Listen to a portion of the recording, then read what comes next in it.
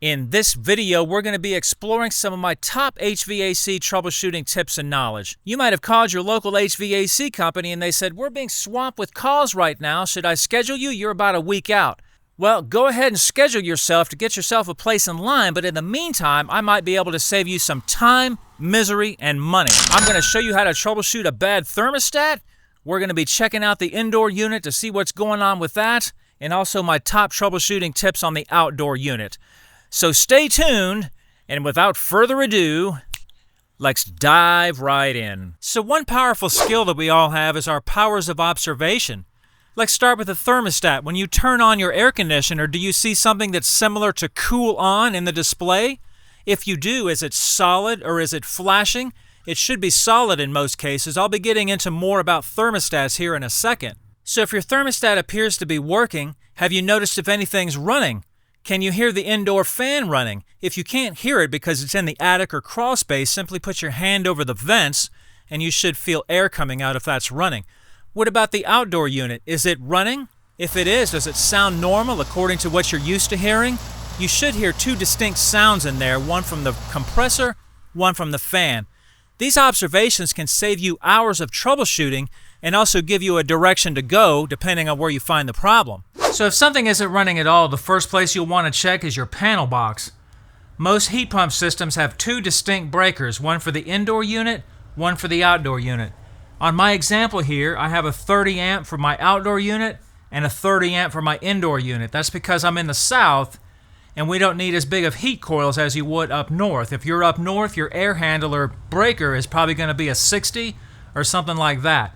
If it's tripped, you have the off position. If it's tripped, it'll be in the middle position.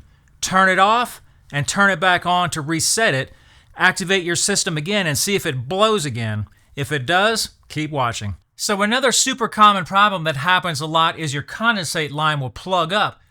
Depending on how they wired it, it can either shut down your outdoor unit or the whole system all at once. What'll happen is your line will get plugged up, that water will back up into the system and it'll trigger your safety switch plunger right here, and that'll shut down your system. Now you can blow these things out right here, but what you have to do is extend your blower down past the T. There's a T right here. If you just blow to the top right here, it'll go right through the T and just go into the system and it won't do anything. It needs to go past the T. That way when you're blowing, it'll wind up outside, or you can hook a vacuum to the outside and suck the obstruction through there. Either way, this is a free fix and probably the best case scenario if something does happen. Okay, so here's where you can get a pretty good picture of what's going on with your unit depending on which direction you need to go on your troubleshooting. I've gone ahead and removed the cover for the indoor unit and exposed the electrical part, and I've located the thermostat bundle and I've unscrewed the wire nuts. Now you probably don't need to unscrew the wire nuts. I just did this so you can see what I'm doing, but you can probably stick a meter up behind the wire nut like that to get a reading. So the first thing you're going to want to do, I've got my ground hooked up right here, is check for 24 volts. And we do have that. Right now the thermostat is off, but we should have 24 volts on our red wire. This black wire right here is our safety switch that I showed you earlier, so it's hooked into the red. That means it'll cut the whole system off if it trips. Now if you don't have 24 volts, you're going to want to look around for a fuse. I've got a purple fuse right here that's 3 amps. Okay, so if that fuse was blown, I wouldn't have this 24 volts. That is coming from a transformer that's back here. Now be careful, there's 240 volts back there, and that will bite you if you don't know what you're doing. So I'm going to go ahead and turn my thermostat to cooling right now, but I've got the breaker shut off for the outdoor unit because I don't really want that coming on with this opened up like this. Now of course I've already showed you that the red works, so we should have power on yellow. Okay, there's our voltage. The yellow turns on the outdoor unit, that's for the air conditioning. The green one, it's also gray for carrier, but green on the thermostat wire. That's for the fan for the indoor unit. We should have power there, and we do. And also this orange one is your reversing valve, and we have power there. The reversing valve is usually energized on heat pump for air conditioning, and this one is right here. Okay? And then of course our blue one over here is our common, but I've got it hooked to the case ground right here, which is giving me the same reading. Those are the correct readings you should have.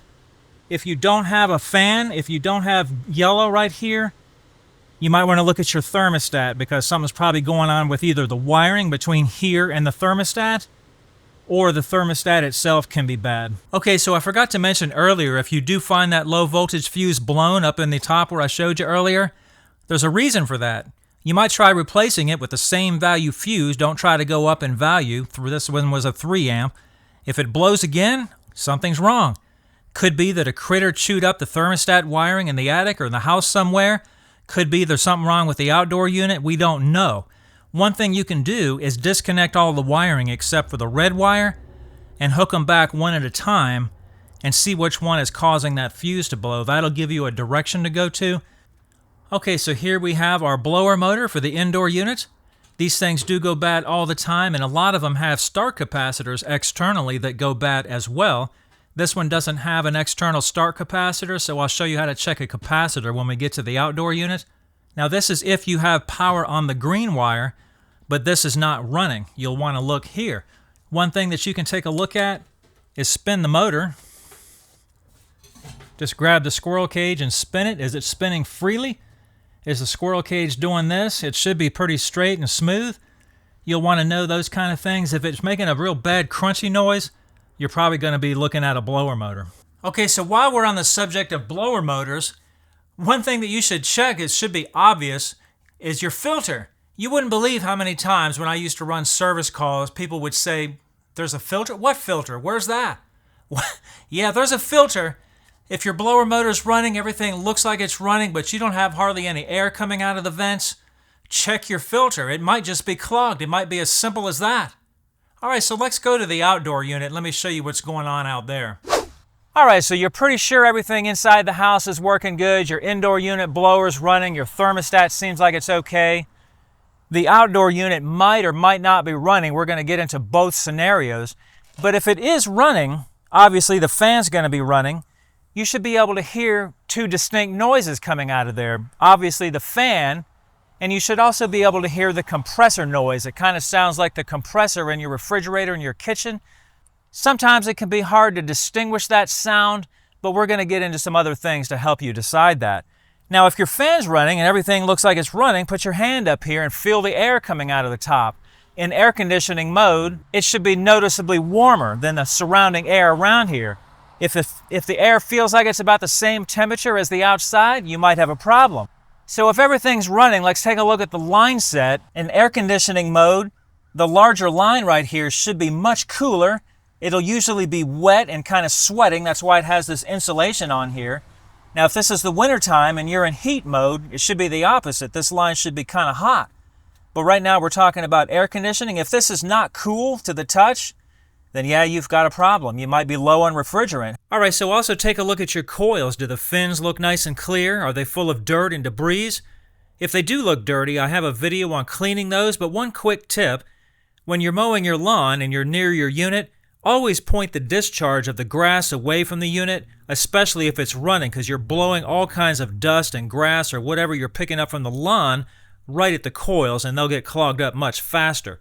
Now, if the unit is not running, you'll want to inspect the thermostat wire to see if you notice any damage. You could have rodents chewing on it, or little freaks, like I like to call them. Could have weed whackers or just deterioration from weather over the years. Now, this damage can also happen inside the house if you have a rodent problem. All right, so if everything seems fine but nothing is running out here, let's go ahead and take this cover off and see what we can see. I would pull out the disconnect before you do so, just to be on the safe side. So when you first get the cover off, you're going to want to look for any kind of mouse nest or damage or anything like that. Look for any frayed wires. If you do find any frayed wires, you can just cut those frayed parts out and fix it back with wire nuts. Check your defrost board. Make sure it doesn't have any components that obviously look bad, blown up, burned up components, anything like that. Basically do a good visual inspection. So if you've got your thermostat set to cooling, the first thing you're going to want to take a look at is the plunger on the contactor. Now this right here is your contactor. It's basically a relay. You've got 240 volts coming in on the bottom right here. When you turn on your thermostat, it turns on the 24 volts right here to the coil. Then it pulls in the plunger right here, and then you'll have 240 volts on the other side. So it's basically just a relay. So if your plunger is pulled in like this, then you already know that there's 24 volts present and you don't have to do any further testing on that. Now if you see that it's not pulled in like this, you'll need a voltmeter to test. Any cheap voltmeter will do. You'll want to set it on the AC setting and check the low voltage coils on the contactor to see if the low voltage is present. Right here is the wire, 27 volts. We have our voltage right here. Now remember, the thermostat must be set to AC. If it's not present, find the thermostat wire where it comes in and pull the bundle of wires loose, and you'll check the yellow wire right here where it comes in. See right there? There it is. Now if this voltage is not present right here, but it was in the air handler on the inside, where remember we checked it earlier, then you're going to have a problem with the thermostat wire between here and the air handler. Now also remember, when you're doing these checks, we're checking between the common or the case ground. They're electrically the same. I've just got the meter stuck into a hole over here on the side of the unit. So if your 24 volts is present at the contactor, you're going to want to take something non-conductive like an ink pen or a pencil and push that in for a couple of seconds and see if the unit comes on. If it does come on and you have 24 volts right here, then you're probably looking at a bad contactor. I do have a video on contactors I'll link below. Now one other thing that can happen to the contactor is if it is pulled in but still nothing is working. Okay, you've got 240 volts on this side, the plunger is pulled in, but you don't have your 240 volts on this side right here. You're still looking at a bad contactor. The coils are working, but the contacts on the inside of the contactor went bad. And real quick, one thing that you should know about is your thermostat wire bundle. Our red wire is our supply wire that I showed you earlier. See, we got our voltage there. This black one and blue is our common. This one is our reversing valve, the orange. It should be energized in AC mode. There we go. And then of course our yellow is our AC to turn on the contactor. The white one is for heat. Alright, so the last thing I wanted to show you here is this start capacitor. Now I like to refer to these as the cash cow of the HVAC world because these things go bad all the time. Now if you notice right here, we have our value, 35 microfarads and 5 microfarads. This is a dual run capacitor for the fan and the compressor, the larger value being for the compressor. So do a visual. Does it look real rusty and nasty? Sometimes the fluid can even be coming out of the top right here. Have a look at the top. The top should be fairly flat. Usually with a bad capacitor, the top will be all mushroomed up like a belly or a big gut. So that's a good sign if yours looks good. But before you start fooling with these things, kind of take a screwdriver and go between the connectors. More than likely there's nothing there, but there could be a stored charge in there that you'll want to get rid of. Now I went ahead and took the 2 mounting screws out here to save a little bit of time. What you'll want to do is look at the top of the capacitor. You should see some raised lettering for H, C, and F. Now take a marker and mark the side of the capacitor so that it's very clear. Alright, so we have blue here on Herm. Our 2 yellows are common, and then brown for fan. Now this helps if you don't do this every day so you can see it clearly. This way there's no mistake when you go to put it all back together. When you put the new one back, just copy the corresponding wires to the correct terminal. Alright, so let's go ahead and disconnect it. Make sure your disconnect or power is out. You'll definitely want that to be off for this one. Alright, so let's check the value of it. You'll need a meter for this that can read capacitance. The capacitance symbol looks just like this, and many meters have that, even the cheap ones. So you'll want to check between common and Herm. Okay, here's our Herm right here. We have 33 microfarads. Now we want to go from common to fan. That's this one. Okay, we're right here at 5 microfarads, so perfect. 33 is pretty close. We're looking for within about 10%, and we're fine right here at 33. So this one checks out good, as you can see, but these do go bad all the time. You can actually order these on the internet pretty reasonable and get this thing fixed and back up and running in no time. So if all of this stuff seems good, let's take a quick look at the condenser motor. These do go bad pretty often. Now, if the fan isn't running, put the disconnect back in and turn the thermostat to AC. Then go find a twig out in the yard that's long enough to reach down through the fan grates and carefully give the fan blade a spin in the direction that it should be blowing up or out of the unit. See if the motor will take off and run. That's why I said carefully in case it does.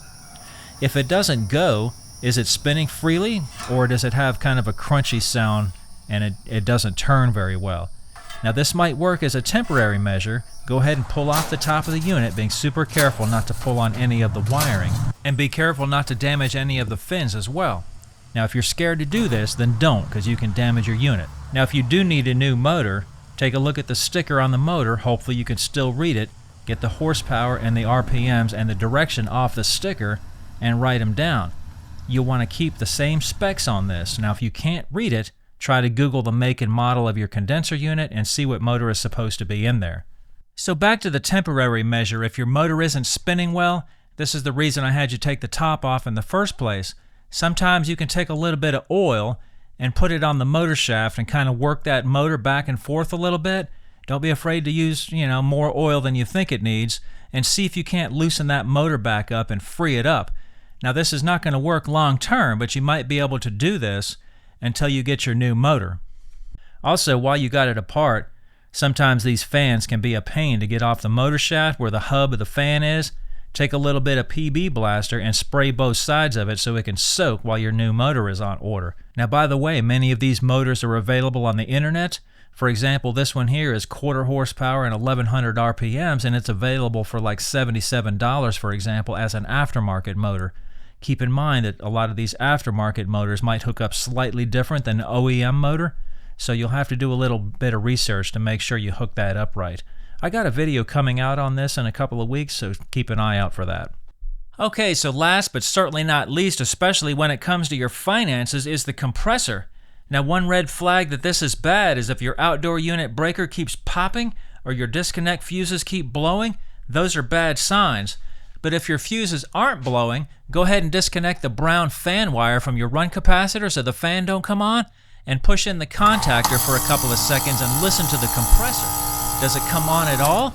Is it making a bad noise? Does it sound normal like the one in your kitchen refrigerator? You'll have to discern those noises. If it's not running, go ahead and inspect the wiring and see if there's any damage to the wiring and follow it out to where it comes out outside. And a lot of compressors have a little door right here that you can slide open and look at the pins inside where the wires hook up. Well, inspect those pins if you've got that. So instead, we're going to follow the wires outside and check them out here. Now they come out here directly to the contactor, to the output of the contactor, and you'll want to check each one to ground. Check the black one to ground, check the yellow one to ground, and we also have a blue one right here. Those are the 3 compressor wires. None of those should be shorted to ground. If they are, your compressor's toast. So that's most of the things you can fix yourself pretty easy except for the compressor. I just wanted to show you that so you know what to look for in case you do have a bad compressor. Now if you suspect you have a bad thermostat, go ahead and pull it off the wall and check the batteries. It's a little bit hard to check the pins behind the thermostat while it's on the wall, and when you take it off the wall, sometimes they just don't work. So inside the air handler is where you can do all those tests because everything is right there. Now if everything appears to be working but you're still not cooling, well, I've already mentioned to check the filter, but you may have a refrigerant problem where the refrigerant is low. It'll work, but it won't cool very well. Sometimes your coil inside the house will freeze up. If you've got a frozen coil, you've probably got low refrigerant. If that happens, you'll probably have to call a professional. It's a little bit hard to get the Freon gas, the refrigerant, on your own. Sometimes you can buy it on Facebook Marketplace. If you know how to charge your own system, you can look on there and you can probably buy some on there. All right, so I hope this video has been helpful for you. Thanks for watching.